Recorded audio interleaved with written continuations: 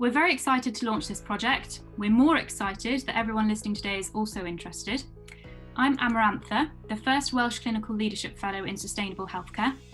I'll start off by speaking firstly about how important nitrous oxide is, and secondly, why we need to investigate leakage on behalf of both our local and global environments, and lastly, what we face if we do not address this issue. Alifia Chakera, pharmacist and national project lead, will then take us through her pioneering method to understand the baseline situation, to collect and analyse nitrous oxide data, and we'll take a look at the potential solutions to its wastage. Dr. Chris Allen, Anaesthetics Registrar and Environmental Fellow, will then moderate any questions arising from the session. And we'd like to take a moment to mention and thank the many bodies who are already supporting this project. My professional experience as a dentist has been using nitrous oxide to treat and extract the teeth of distressed children as young as 3 years old. I'm thrilled to see the breadth of specialties who also prescribe or manage nitrous oxide within our audience members, ranging from dental peers to anaesthetics, ITU and A&E, engineers and service managers to midwifery, obstetrics and gynecology. I think we can all agree that nitrous oxide is an extremely important and valuable medicine. It's a safe medicine, an effective medicine for patients spanning the breadth of our disciplines. We want our patients to be able to use this medicine without their care being compromised, and we want our staff to work in a safe environment where they are not put at risk by nitrous oxide being present where it shouldn't be. Why should we be concerned about leakages then? So on a local level, in our hospital hallways, our rooms, and actually for our bodies too, nitrous oxide is regulated under COSH. It's a substance hazardous to health. It has an occupational exposure limit of 100 parts per million over an 8-hour time-weighted limit, and that's in the UK, compared to 25 parts per million in Australia and the US. Nitrous oxide products are responsible for at least 75% of the anaesthetic gas footprint, which is important when considering the work that we've already started on volatile gases. Nitrous oxide is associated with immediate and chronic adverse physiological effects. It decreases cognition and manual dexterity. It's linked to vitamin B12 deficiency. There's an increased risk of miscarriage and adverse prenatal development. And nitrous oxide decomposition has led to large tank explosions, and obviously mixed with oxygen is highly flammable. Why should we be concerned about leakages on a global level? What are the confirmed facts?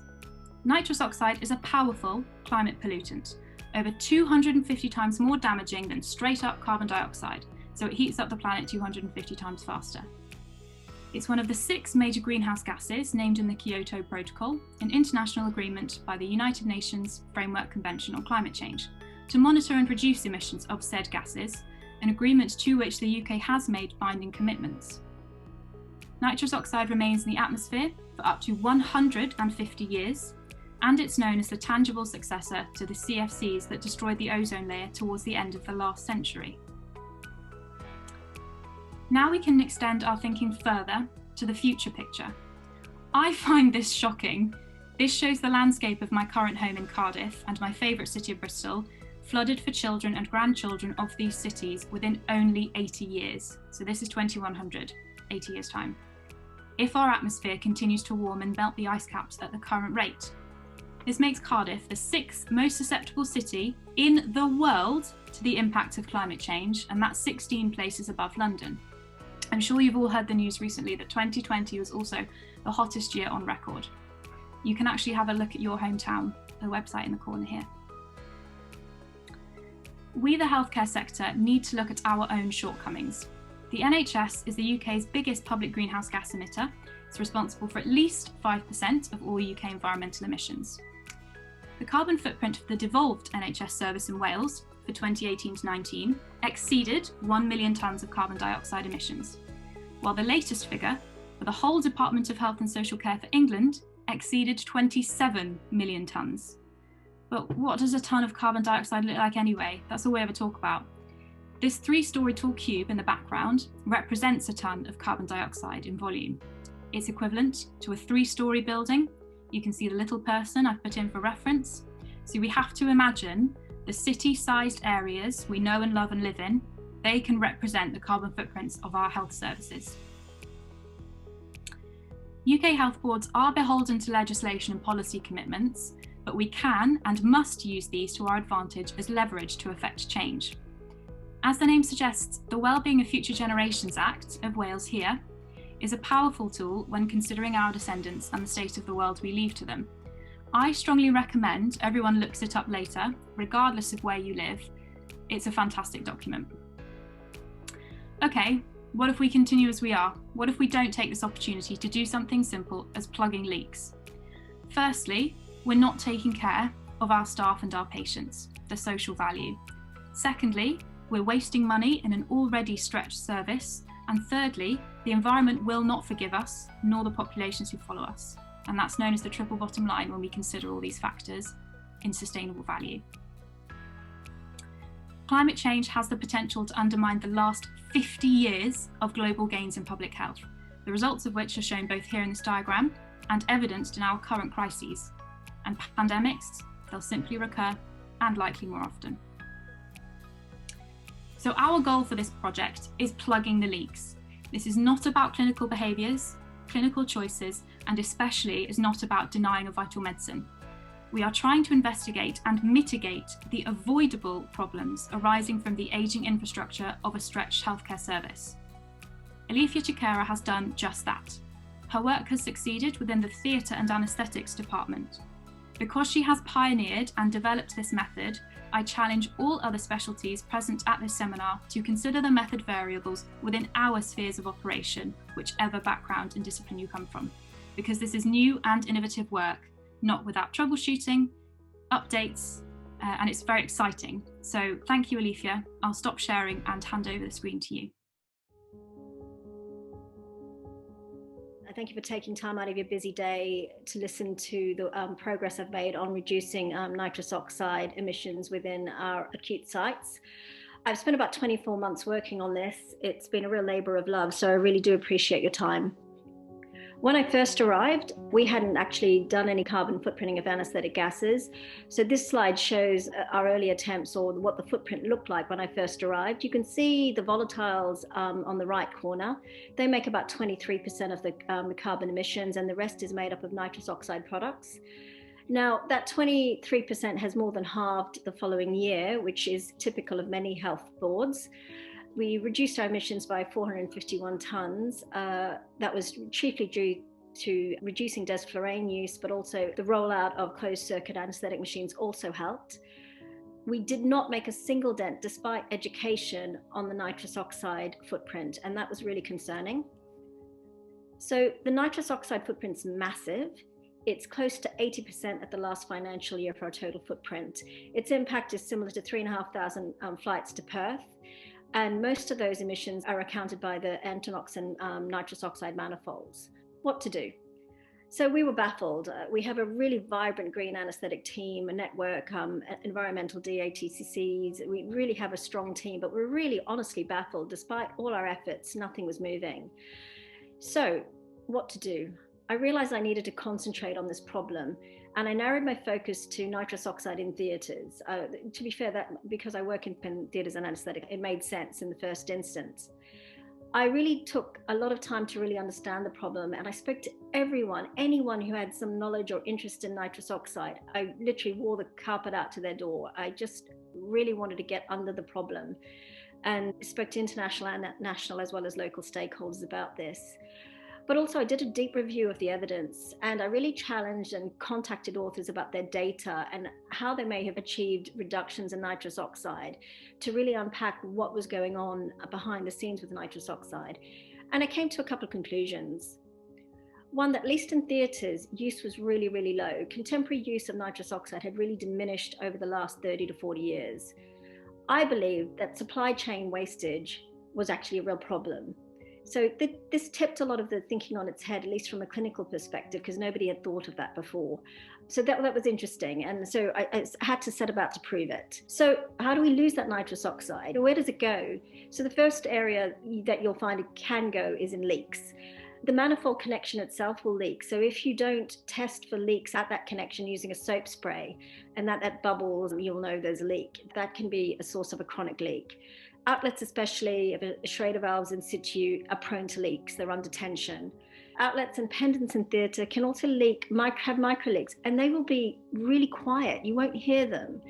But also you can get leaks within the piped infrastructure.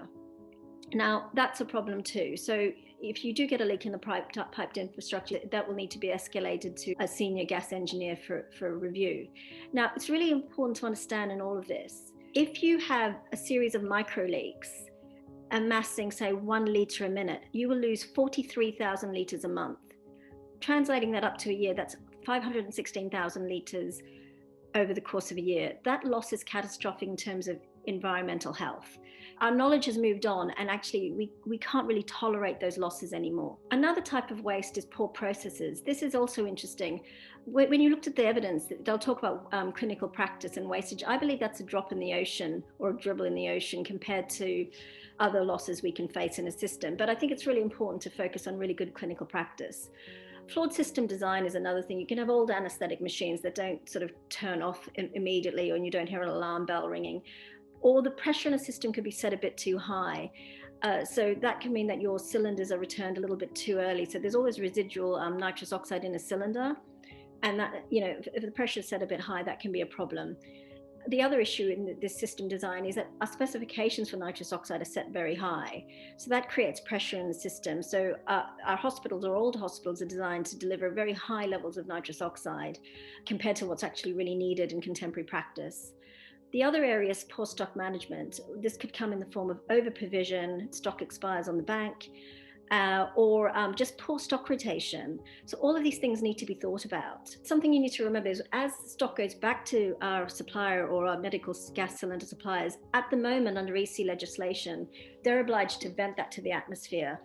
In due course, that will change. I really hope it will. But right now, all that waste is part of our footprint, and it's something we need to be really mindful of. Another type of waste is theft. Now, it's really important to keep your cylinders under lock and key. That may seem really screamingly obvious, but often cylinder security is a problem.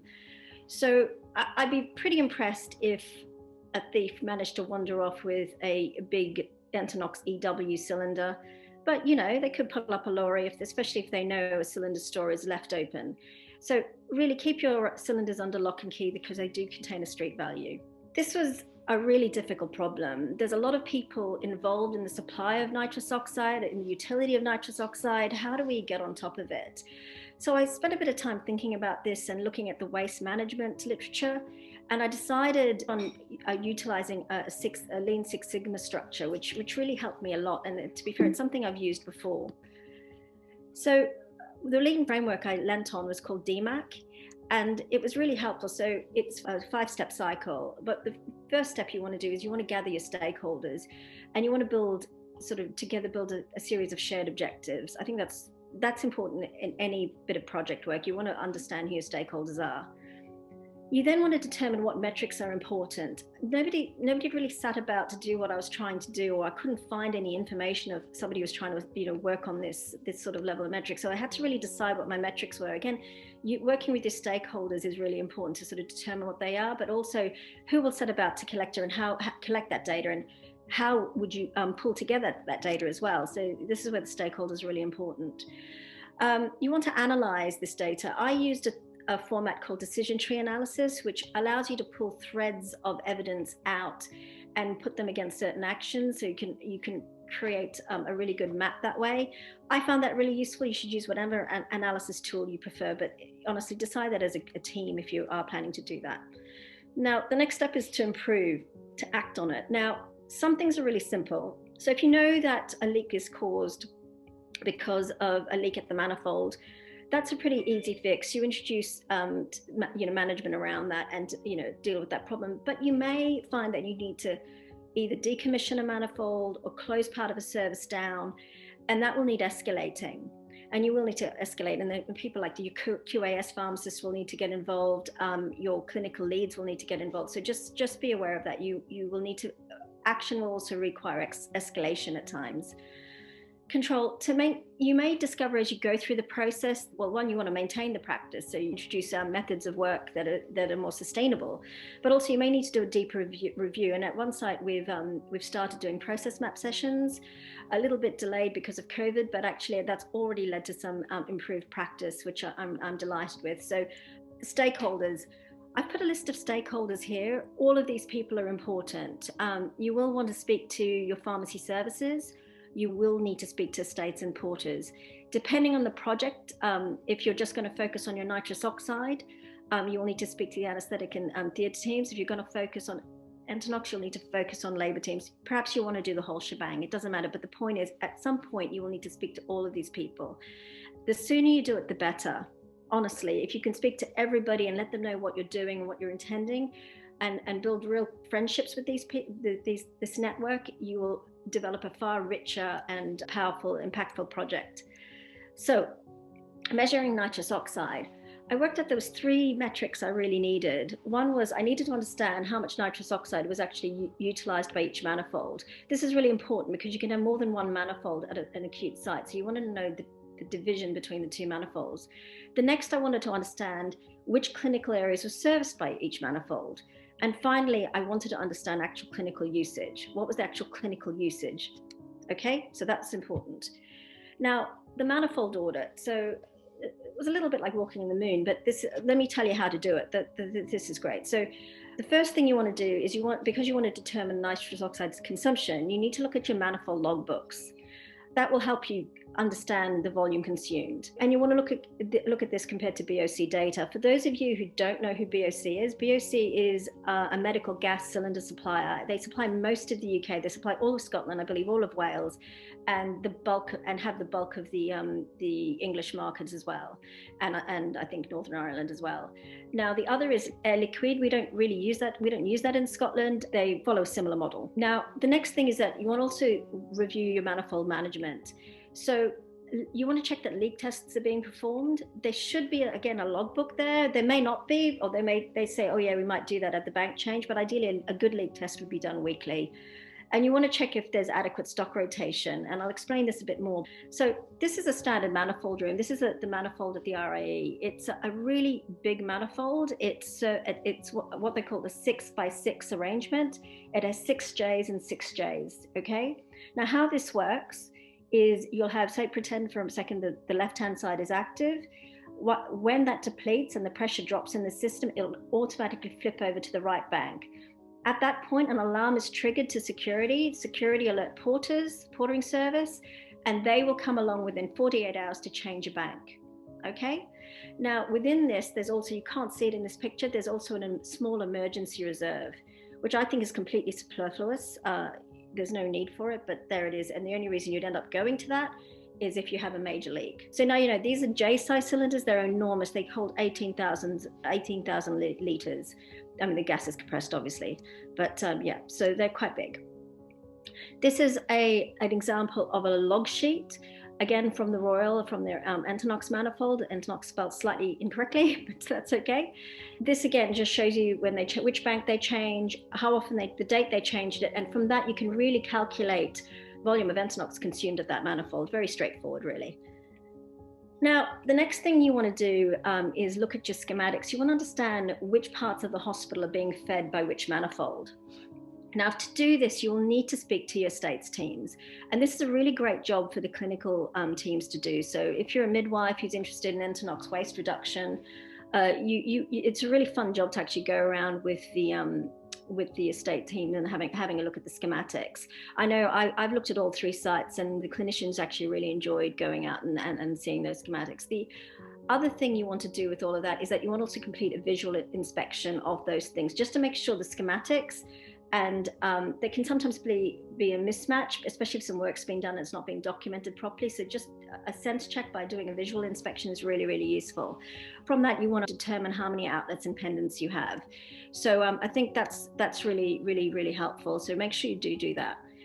The next thing in all of this is your analysis. Now, I've put qualitative and quantitative analysis here, and I think both are really, really important because, for example, when we started the project at the first site, we were in early pandemic mode, so surgical activity had depleted. If we relied on quantitative analysis from, taking it from the anaesthetic logs, we would have been in trouble because it would have given a completely false picture.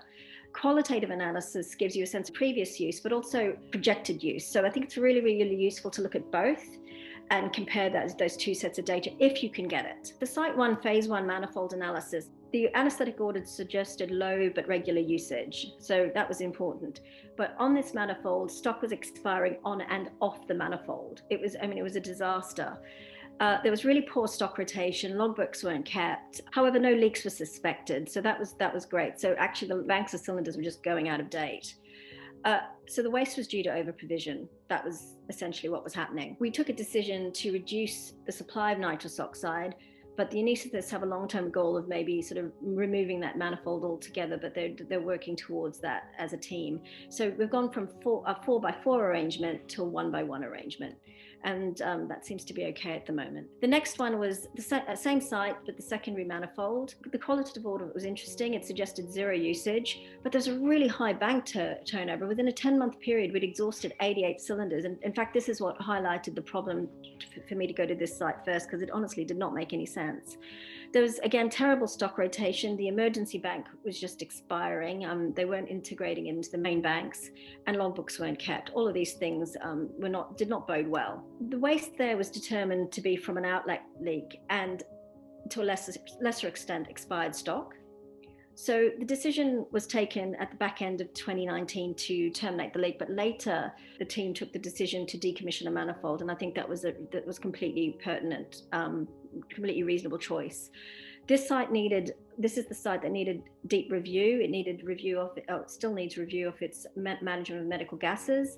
And like I said, process mapping is a great way to bring the team together to have those discussions. So site 2, completely different scenario. The main thing here was we looked at both qualitative and quantitative analysis. It's a bigger site covering 15 theatres as well as an ED department.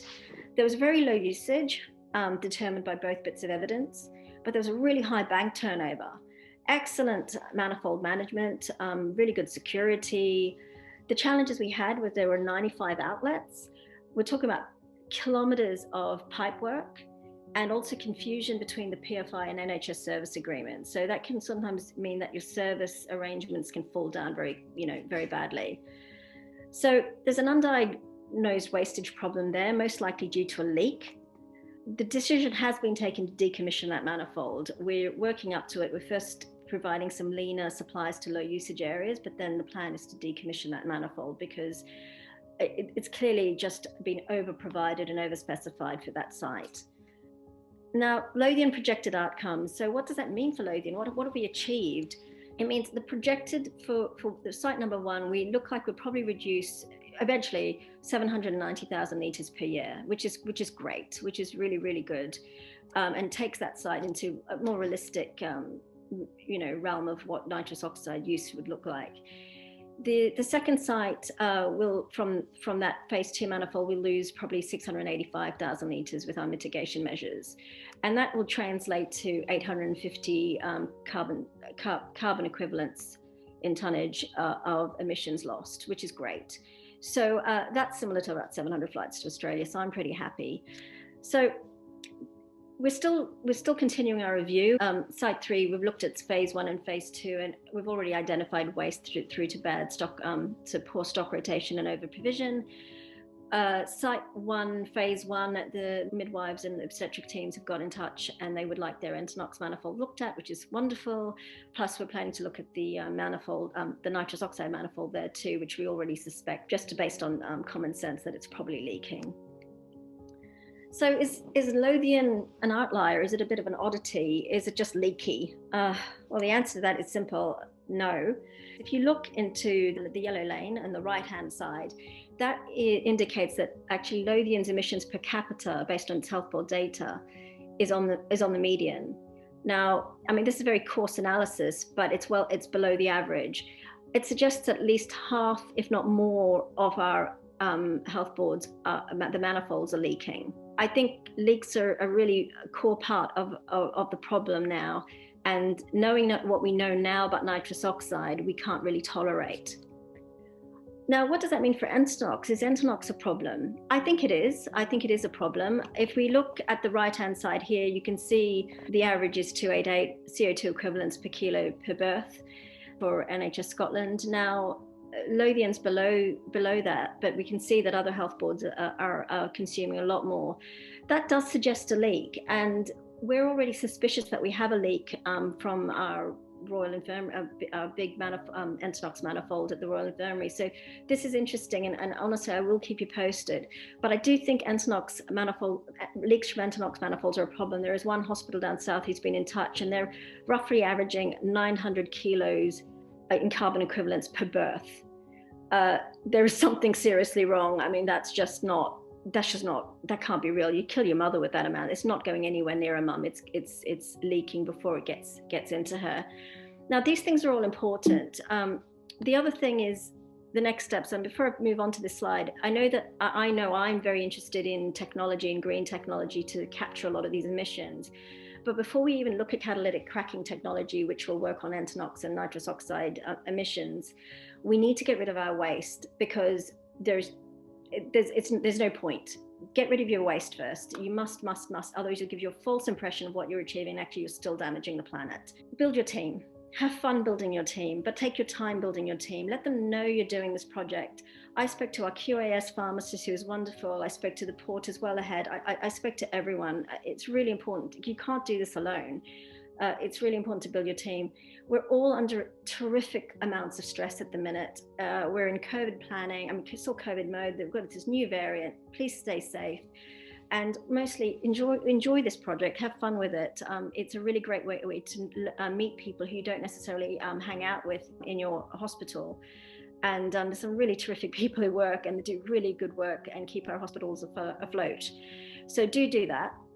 Now, spend time looking at your BOC data, take your time with it, understand it.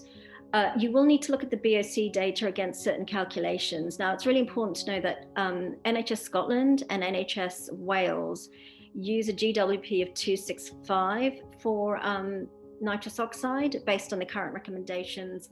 You'll see calculators calculating at 310 and 298. They're older calculations, so 265 is the current GWP equivalent at the moment. So just bear that in mind. So I put some volumes there of the different cylinder sizes so you're aware of them. Don't forget, we're also sharing with you, this will be a report that you can get.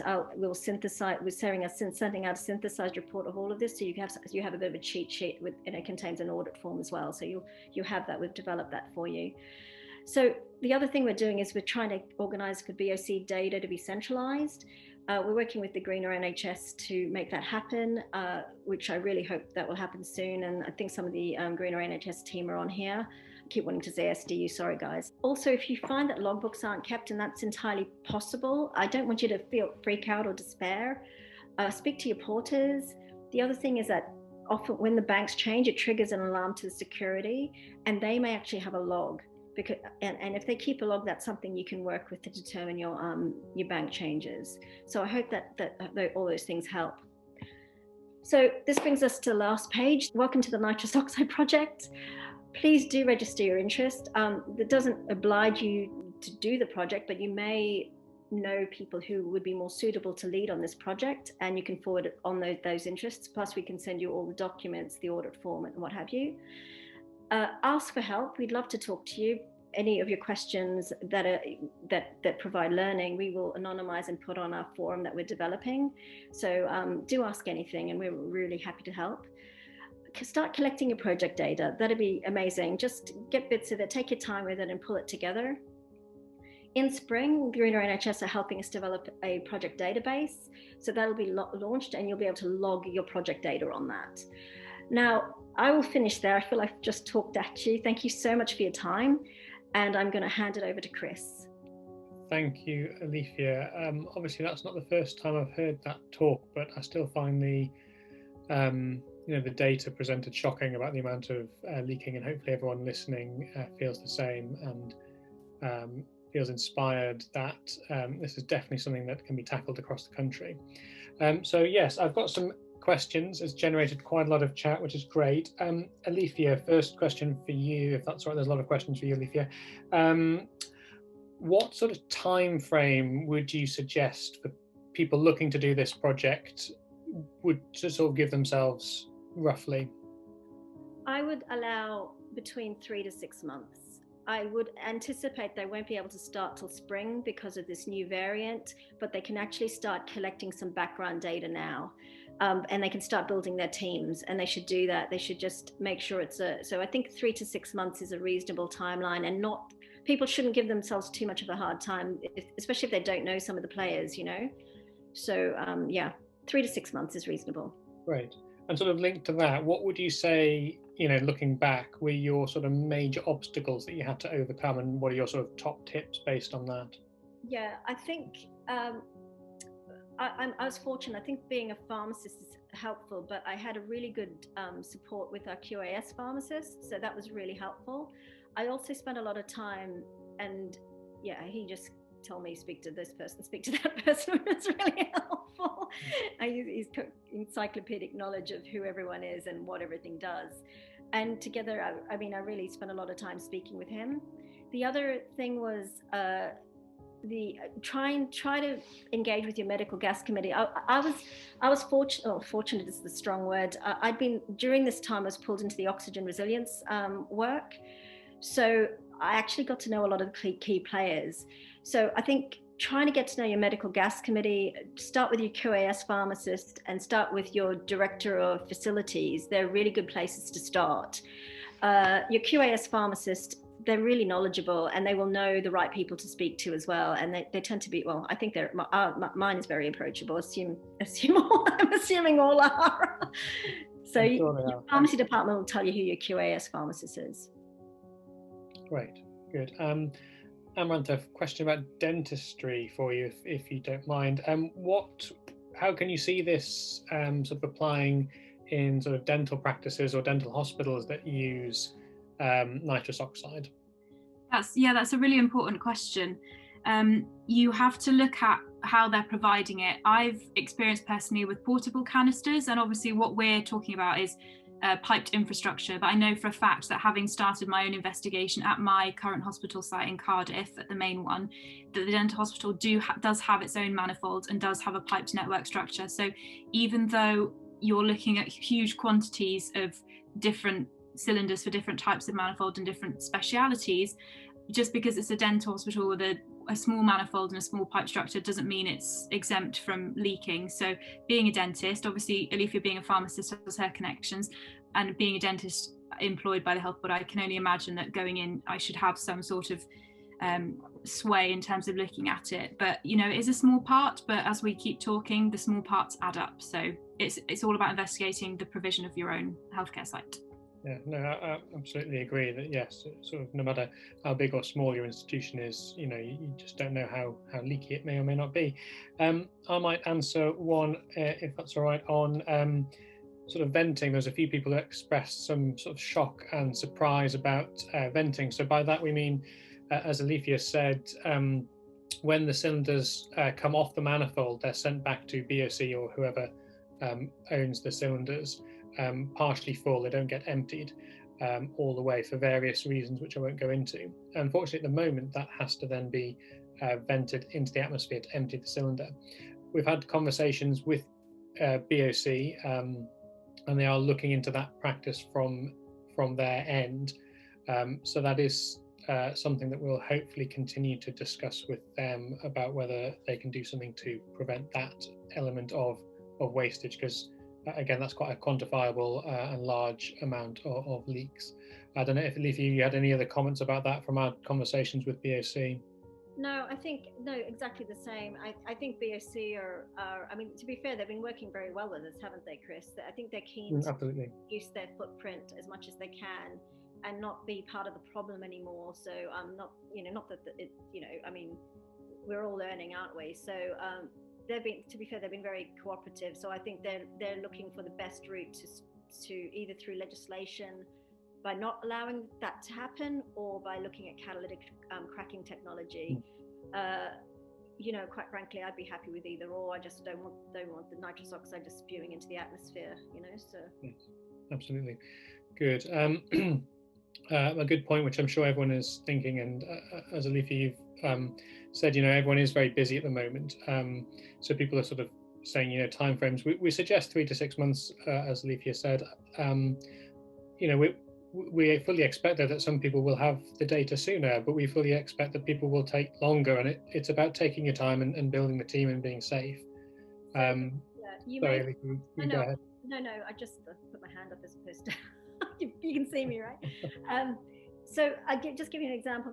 You may find that the most obvious decision is that now that you're aware of this, is that you may actually check that, actually, we're not actually using nitrous oxide in your division, it's some, depending on the type of surgery you're doing, it just may not be a feature. So the question is that you might pose, actually, we've still got nitrous oxide outlets. Actually, do we have a manifold? And then it may be a very quick fix. Just shut it down. And that's happening in a hospital in Ireland, I believe. So their plan is to just terminate their manifold. They couldn't understand why they were turning cylinders over when they weren't using it. So, and like I said, the same in our site 1 phase 2, we just terminated the manifold. There was no need for it. And that happened actually very, very quickly. So sometimes the solutions are very quick. Yes, no, you're quite right. So people have pointed out, obviously, sadly, in some places, there's no surgery going on at all, and everyone is critically ill and taking up their time, which, obviously, then that your nitrous oxide usage is pretty much zero. So if you can then go to your manifold, as Leafy was saying, and it's still turning over, you've pretty much already figured out that you've got a leak. So in a way, whilst we appreciate that people's bandwidth is fairly narrow to do other projects, this is not a bad time when nitrous oxide or sort of general anesthetic use of all gases is pretty low to look at what your manifold's doing, which is good. Alifia, a question.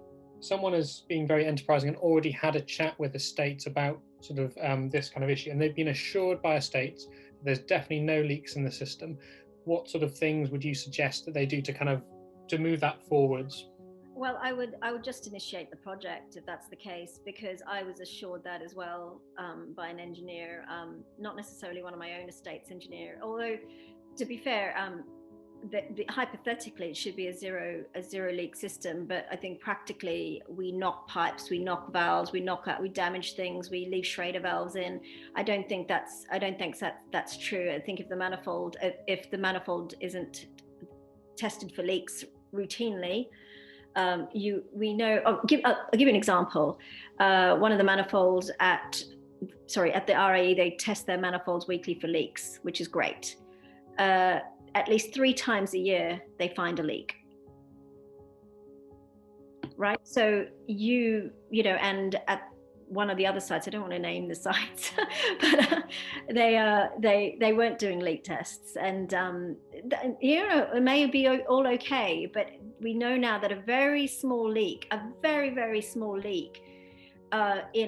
in what our acceptance is, at our new tolerance level, which is far lower for these sorts of emissions, it can be catastrophic. 1 litre a minute will lead to 516,000 litres a year. So it's not really acceptable. So I think I challenge that. Yeah, you will get that. Unfortunately, you will get that. But I also get engineers, very, very senior engineers, saying that's impossible. It's a system that will inherently leak, and it will tolerate leaks. Good. No, I think you're quite right. Something from the more clinical side, which I'll answer. A few people asking about, the sort of clinical provision of nitrous oxide, and just to reiterate that this very much is less of a clinical project, but more of a sort of behind the scenes leakage waste project. We still would love people to reduce their clinical use, and a few people have rightly suggested here, linking to our suggestion of decommissioning manifolds when you can. I think clinically that should also be the thing that people are aiming for. And someone suggested having it on portable cylinders, for pediatric anesthesia. And we certainly don't suggest that nitrous oxide doesn't have a clinical role, and people do continue to need to use it appropriately. So no, this very much as a sort of look at your manifolds kind of leaking type project. A good question about the ambulance service, because they're sort of obviously largest users of Entonox. Alifia, I think we had a conversation with BOC about Entonox in the ambulance service, didn't we? Yeah, we did. I think so. Where could we find out where this guy's from? Is he from Person. I'm not sure, but any ambulance service people there, feel free to message us. So in terms of in Scotland, we're now moving towards methoxyfluorine, and that's mainly to do with, one, that it's more portable, but two, it captures the emissions, so the staff aren't affected by the exhaled gas, because it has this carbon filter on it. It's a bit like a vape pen. So it's a bit like a vape pen, but it gives sort of roughly 30 minutes to 2 hours of anesthesia for sort of ambulatory care. So some ED departments are introducing it, and they're introducing it for wound management. I think there, in terms of the other thing there, sorry, I hope I'm getting I don't want to, one of the Nordic companies, I'm pretty sure it's Medicvent, are working on a portable capture canister. So as the patient breathes in the Entonox or nitrous oxide, I think it's Entonox you guys use on the ambulance, I'm not sure, it will capture it for cracking later. So that's an interesting device. So yes, I think there are opportunities to reduce your footprint. Certainly, this chat could look at methoxyfluorine and trialing that within their area. I think it's really portable, especially if I know sometimes you guys are going down some really weird places, nooks and crannies to help somebody. So I think having something that can actually fit into a back pocket is useful. So I hope that helps. But no, that's good. I think it might be Medclaire are producing that. I think so. Yes. We're in touch with sort of cracking technology people from an association anaesthetist point of view, just to try and explore that. So certainly, the more work we do on that, the more information we can give to everyone looking at that sort of clinical side of things as a solution. Excellent. I think maybe it's the last question, if that's all right, and then we'll sort of wrap it up, because I'm conscious of everyone's on their lunch breaks and probably very busy. Amarantha, you mentioned the effects on staff, which I think is a huge issue. Do either you or Alifia, do you have much of a feel for where these leaks are actually occurring? Do you think it's from the manifold room, or do you think it's along the pipework and staff are being exposed? What are our thoughts on that? Yeah, I think it's really important not to make an assumption actually where that leak's happening. I think I think, for example, at the site one, the leak was happening in theatre. So I'm amazed we didn't get sickness. The thing is, I think it was actually a redundant theatre. So thank goodness, actually, it was a redundant theatre. So that was a bit of a relief. But the Royal Infirmary, we don't actually know where that leak is. We have literally kilometers of pipework, kilometers. So, but because the usage is so low, we've just taken the decision we're just going to close the thing down. And I think that's completely. It's just a pragmatic response by our director of anaesthesia, and I think and provide a portable supply for the areas of low usage till we work out how to get rid of it altogether. I think that's perfectly sensible. No, I agree. Amarantha, did you have any other comments, or would you say something along the same lines?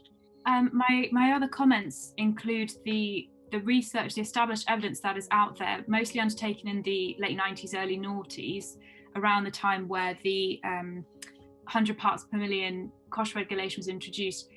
They actually found that it was the anaesthetics recovery room, so along what Alifia was talking about, the radiology and delivery suites is where the members of staff were being picked up as having either high concentrations in their exhaled breath, in their urine samples, and then the most concerning is that theatre personnel were more likely to have a higher chronic nitrous oxide blood concentration following on a shift or even beyond having a shift. And obviously dental personnel without correct scavenging are more likely to be around environments where the nitrous oxide is just sitting there. So there are certain pockets, but those are the only people we've tested. Those are the only ones who have been actively sought out. So, the jury's out on that one, like Alifia said. Yeah, I have to admit, I'm very concerned for midwifery staff. I think we don't have active scavenging in our labour units at one of our major sites. I find that quite shocking and worrying. I'm not going to pretend. I think there's some studies done in the 80s and 90s about the impact on women at childbearing age, and the thing a midwife might have their own fertility impacted. or often suffering from chronic anemias that aren't necessarily associated with their professional, work exposures. So I think there's some really interesting, something we've been talking about, some interesting work that's being done on this and has been done on it. So yeah, I think I have no doubt that chronic exposure to nitrous oxide is not a good thing, and we need to be more cognizant of that, really. No, absolutely, very, very true. Lovely. Well, I will end the questions there. I'm sorry to everyone who's asked lots of other questions that we haven't got time to answer them. Please do email us about anything you want to check. Just to reiterate again, we've got a really great package of like a how-to guide with resources available. So anyone wanting to do this project will have our full support and help, and we'll sort of continue to evolve together as we sort of all go along. I've no doubt that other places doing this project will have their own issues that perhaps we haven't come across in the places we've done it so far. I'm going to pass it on to Amarantha now to make a few closing remarks. So thank you very much. Thank you, Chris. Thank you, Alifia, both for orchestrating and answering that Q&A session. Some very difficult questions. But yes, like Chris said, we'll be collating them, and anything we've not answered, we will be looking at later. First of all, thank you everyone for your time. If you've got to drop off, we really appreciate you coming along. Keep in touch with us via the address. Chris, I think, has posted it in the chat for everybody, but simply it's thenitrousoxideproject@gmail.com. And for your friends and members of staff who weren't able to make it, they're free to register their interest via that email address. More specifically to the attendees, we have a registration form because we'd like to get in touch with the specific representatives of a hospital site who are working to make a team, working to put a team together. All your questions will be anonymised. They're being used to inform the development of the project. It's nothing to do with you specifically, because we imagine lots of people have the same questions. And just these are the first steps. I think Chris used a term earlier before we came in, slow and steady with enthusiasm and education. And I really like that. I've even written it down. But this is a big national project. The whole point is that with each audience member's contribution today, even a small contribution, we can collectively knock a huge chunk out of the NHS's carbon footprint and maintain the protection of our staff and our patients. So there are only gains to be had from undergoing this project, and we're really grateful that everyone has turned up today. Thank you, spread the word, and we'll let you know when the resources are out.